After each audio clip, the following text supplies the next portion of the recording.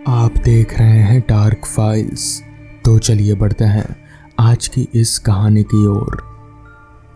कब्रिस्तान नाम ही लोगों को डराने के लिए काफ़ी होता है, और अगर किसी आदमी से रात में कब्रिस्तान में जाने को बोल दिया जाए तो वो व्यक्ति अपनी प्रतिष्ठा बचाने से ज़्यादा जान बचाने की सोचेगा। अजीबगंज गांव में एक काफ़ी बड़ा कब्रिस्तान था। दिन में तो ये आम कब्रिस्तान की तरह शांत रहता था, पर रात होते ही कई तरह के संगीत और फिर चीख पुकार से गूंज उठता था। गांव वाले भी शाम होते ही अपने घरों में कैद हो जाते थे। अगर कोई व्यक्ति किसी काम से रात के समय कब्रिस्तान के पास से गुजरता तो फिर किसी को दिखता नहीं था, पर कई रातों तक लोगों को उसकी चीख ज़रूर सुनाई देती थी। गांव के लोग ये नहीं चाहते थे कि बाहर के लोगों को इसका पता चले और गांव में बाहरी आदमी आए, पर ये बातें ज़्यादा दिनों तक किसी से छुपी नहीं रहती। राघव के कानों में जब ये बात पहुंची तो उसने इसके पीछे की सच्चाई जानने की ठानी। राघव एक न्यूज़ रिपोर्टर था जिसे रहस्यमय जगहों पर जाकर उसके पीछे की सच्चाई लोगों तक पहुंचाने का शौक था। राघव ने सारी बातें अपने दोस्त फरहान को बताई। फरहान एक यूट्यूब ब्लॉगर था जिसे रहस्यमय जगहों पर जाकर वीडियो बनाना अच्छा लगता था। राघव की बात सुनकर फरहान राघव के साथ अजीबगंज जाने का तय कर लिया। राघव ने सुना था कि सारी घटनाएं रात में होती हैं, तो उसने फरहान से कहा कि हमें ऐसे समय पर निकलें कि जब तक हम अजीबगंज पहुँचें तब तक रात हो जाए। नियत समय पर राघव अपने कैमरामैन और फरहान के साथ अपनी कार से अजीबगंज चल दिया। करीब 3 घंटे के सफ़र के बाद तीनों अजीबगंज पहुँचे। जब इन्होंने गांव की हालत देखी तो चौंक गए, क्योंकि पूरा गांव वीरान था और सड़क पर सिर्फ कुत्ते ही दिख रहे थे। फरहान ने एक घर का दरवाज़ा खटखटाया तो अंदर से किसी ने डरी आवाज़ में फरहान से कहा, तुम लोग चले जाओ, नहीं तो सब मरोगे। काफ़ी समझाने के बाद भी उसने दरवाज़ा नहीं खोला। थक हार कर तीनों आगे बढ़े ही थे कि पैरों से अपंग एक आदमी आता दिखा। राघव ने तीनों का परिचय दिया और कब्रिस्तान में जाने के लिए मदद मांगी। पहले तो अपंग आदमी ने मना किया, पर जब फरहान ने उसे 500 के नोट दिखाए तो वो मान गया। उस अपंग आदमी ने कहा कि जो भी घटना होती है वो रात 12 बजे के बाद होती है, और अगर कोई भूत प्रेत नहीं बल्कि जन्नत की हूरें आती है। लोगों में डर फैला हुआ है, इसलिए, नहीं तो आपने कभी ऐसी खूबसूरत औरतें नहीं देखी होंगी। सबने तय किया कि रात के 12 बजे का इंतज़ार करते हैं। वो अपंग आदमी तीनों को कब्रिस्तान के पास एक जगह पर ले गया और कहा कि हम लोग यहीं इंतज़ार करेंगे। रात 12:05 हो रहे थे। राघव और फरहान हल्की नींद में थे कि तभी संगीत की आवाज़ सुनाई देनी शुरू हो गई। सबने जब कब्रिस्तान की ओर देखा तो कब्रिस्तान रोशनी से नहाया हुआ था। चारों कब्रों की ओर बढ़ने लगे। राघव और फरहान के तो होश भी नहीं रहा अपना कैमरा ऑन करने का, और सभी कब्रिस्तान में घुस गए। कब्रिस्तान की सजावट और संगीत देखकर सभी मंत्रमुग्ध थे।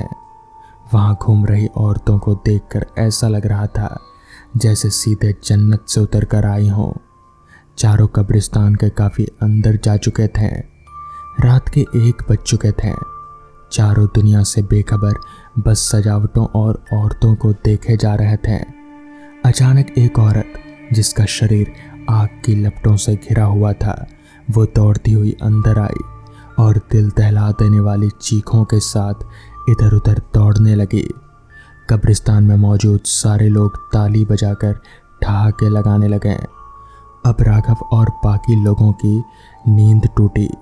राघव उस औरत की मदद को जाना चाहता था, पर उस अपंग आदमी ने उसे रोक लिया और कहा, ये सब कुछ भी असली नहीं है। पूरा वातावरण जले हुए मांस के बदबू से भरा हुआ था। राघव और फरहान अपंग आदमी को झूठ बोलकर यहाँ लाने के लिए उसे कुछ बोलते हैं। उससे पहले ही वो जली हुई औरत नीचे गिर गई। फिर वो खड़ी होकर बाकी लोगों के साथ हंसने लगी। उस औरत के जले हुए मांस जगह जगह से सड़कर लटक रहे थे। कैमरामैन तो ये दृश्य देखकर ही वहीं पर बेहोश हो गया। शायद कैमरामैन को बहुत ही झटका लगा था। फरहान बेहोश होते होते बचा। राघव ने फरहान को संभाला और जब चारों ओर देखा तो उसके होश उड़ गए। कब्रिस्तान अब रोशनी के बदले काली अंधेरी रात से घिर चुका था। सड़क पर कुत्ते बड़े जोर जोर से रो रहे थे, मानो राघव, फरहान और बाकी लोगों की आने वाली मौत का मातम मना रहे हों। अचानक कब्रों से भयानक आवाज़ें आनी शुरू हो गईं। तभी राघव के पीछे से आवाज़ आई। राघव ने मोबाइल के टॉर्च की लाइट में पीछे मुड़कर देखा तो उसकी चीख निकल गई। कैमरामैन को दो भयानक जीव चीड़ फाड़ कर खा रहे थे और अपनी लाल आंखों से राघव और फरहान को घूरे जा रहे थे। तीनों कब्रिस्तान से बाहर भागने लगे। तभी राघव को लगा जैसे वो अपंग इंसान गायब हो गया। कुछ आगे जाने पर एक बड़े से नाखून वाले हाथ ने कब्र में फरहान को खींच लिया। फरहान की चीख कब्रिस्तान में गूंज उठी थी। भागते भागते राघव किसी से टकराया और जमीन पर गिर पड़ा। सुबह लोगों को सड़क पर एक गाड़ी और कब्रिस्तान में 3 नई कब्र दिखी जो रात का हाल बयां कर रहे थे। पुलिस आई पर कुछ भी सबूत हाथ नहीं लगा और गांव के लोग कुछ बोलने को राजी नहीं थे। पुलिस ने राघव, फरहान और कैमरामैन को गुमशुदा करार कर दिया और अजीबगंज से चले गए। कुछ दिनों बाद 4 दोस्त रास्ता भटककर उस गांव में पहुंच गए। रात के 9 बज रहे थे और चारों आपस में बातें ही कर रहे थे कि अब क्या करना चाहिए। तभी एक इंसान उनके कार के दरवाजे को खटखटाया और कहा, साहब, यहाँ रात में अद्भुत चीज़ें दिखती हैं। चारों दोस्त आपसी सहमति से उस इंसान के पीछे चल दिए। वो इंसान लंगड़ाकर धीरे धीरे उनके आगे चलता हुआ उन्हें जन्नत के हूरों के बारे में बताता जा रहा था और मुस्कुरा रहा था। तो दोस्तों, ये थी आज की पहली कहानी। तो चलिए बढ़ते हैं आज की दूसरी कहानी की ओर। ये कहानी रामनगर नाम के एक जगह की है जो कि मध्य प्रदेश राज्य में पड़ता है। रामनगर एक कोलवरी एरिया है जहाँ एक समय कोयले की बहुत सी खदानें हुआ करती थी। उस समय घर बहुत दूर दूर हुआ करते थे। रोशनी की भी उतनी व्यवस्था नहीं थी। बस अलग अलग जगहों से लोग कोयले की नौकरी पाने के लिए आया करते थे। उस समय नौकरी आसानी से लग जाया करती थी। कुछ लोग दिन में ड्यूटी करते हैं तो कुछ रात में। मैं जिसकी कहानी सुनाने जा रहा हूँ उनका नाम विजय देवघर है।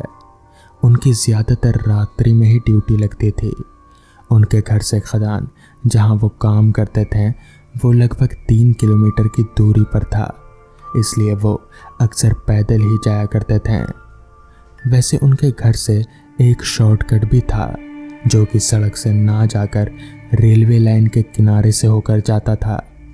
वैसे ये कोई रेलवे का मेन लाइन ना होकर कोयले का रेल लाइन था जिससे होकर खदानों से कोयला मेन लाइन में जाता था। ये रास्ता लगभग 1 किलोमीटर की दूरी कम कर देता था, तो विजय अक्सर इसी रास्ते से होकर जाया करता था। विजय जिस रेलवे लाइन के किनारे से जाता था वो ऊंचाई पर था, जबकि रेलवे ट्रैक नीचे था। विजय जब भी उस रास्ते से जाता तो उसे नीचे रेलवे ट्रैक पर कोई रोशनी सी दिखाई देती थी। उसे लगता था कि कोई रेलवे का कर्मचारी होगा जो लालटेन लेकर जा रहा है। उसने ऊपर से कई बार आवाज़ भी लगाई कि शायद नीचे से कोई जवाब देगा, पर कभी कोई जवाब नहीं देता। तो विजय भी चुपचाप अपने काम पर चला जाता। ऐसा ही रोज का माजरा था।